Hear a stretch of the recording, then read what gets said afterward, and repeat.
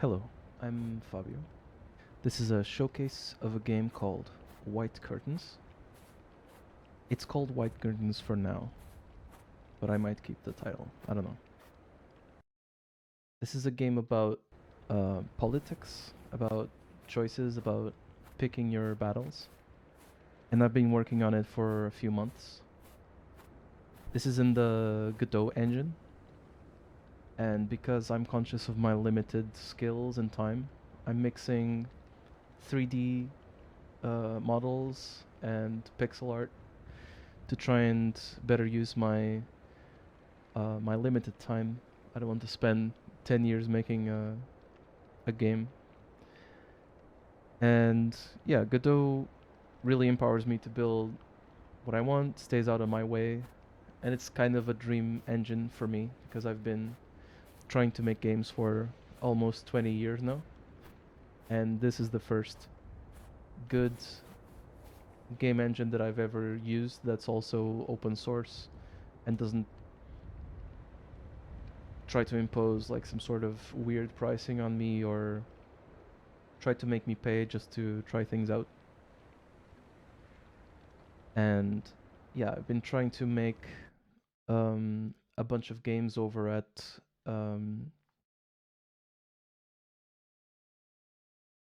Gamehameha, which is the name of, let's say, the studio. I don't know. I've been trying to make games under this umbrella. You can Google it and go to this very nice handcrafted website.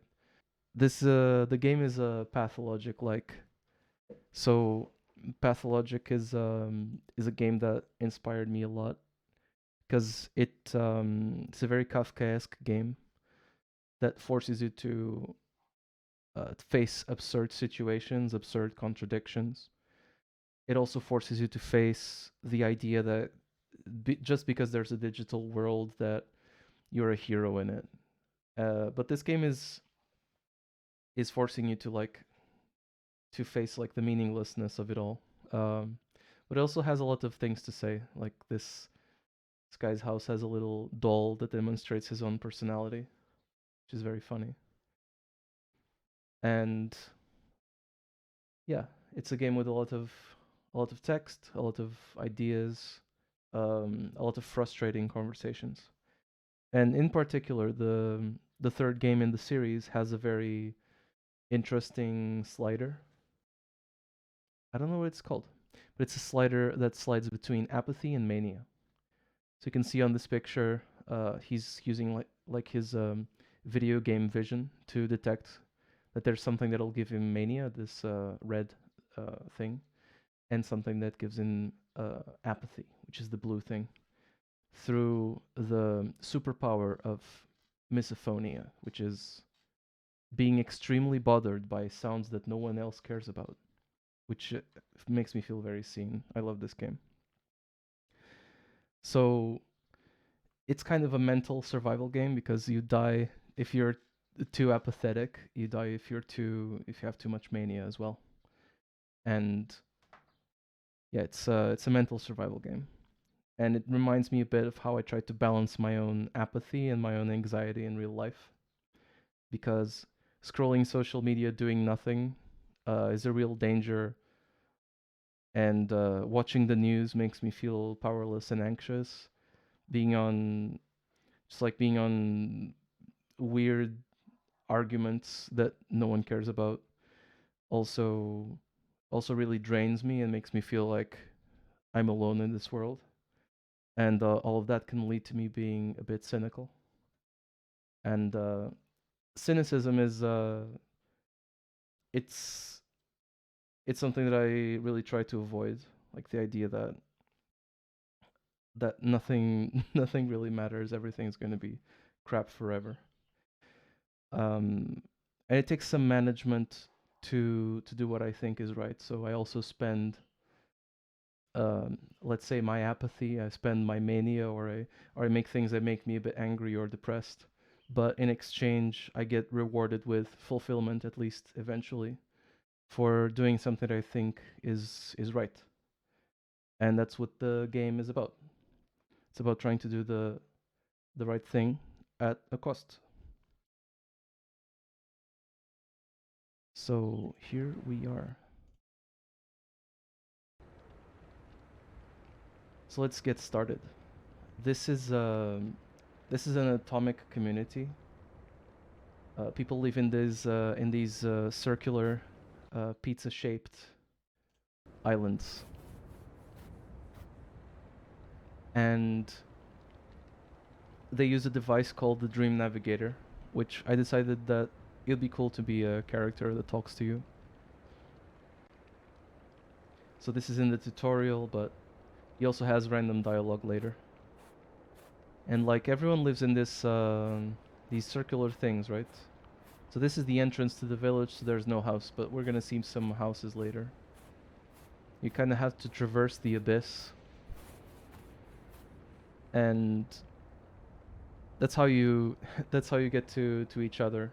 But you can have some encounters, which are stealth sections that I designed that I'm not sure I'm gonna use. And let me get to the first. Let's get through the first tutorial area. The world is scary and complex. Eyes closed, steer clear. You receive letters during the game. The letters can arrive at very weird times, like people know too much, but that's not intentional. Like the boss doesn't have like a superpower to understand if you just cross the Dream Navigator. He's like giving you some dialogue, talking to you about who asked for you to come here. You're a mechanic trying to fix the dream machine.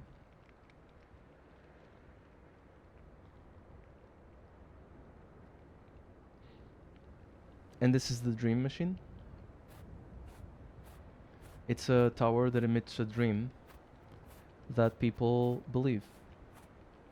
And I'm kind of leaving it up to interpretation what sort of thing this represents, because I think it's more interesting when people are allowed to interpret.